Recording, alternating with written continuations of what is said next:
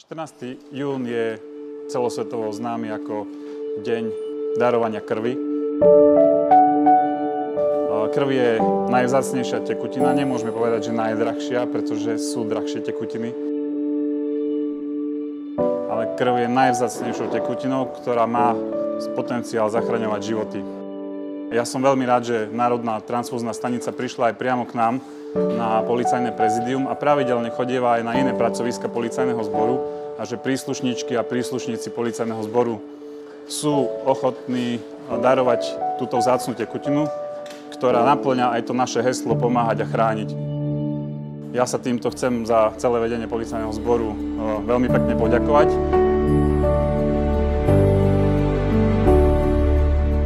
Takže veľmi pekne ďakujem všetkým príslušničkám a príslušníkom a ďakujem aj všetkým občanom, ktorí prispejú k záchrane života tým, že darujú túto vzácnu tekutinu.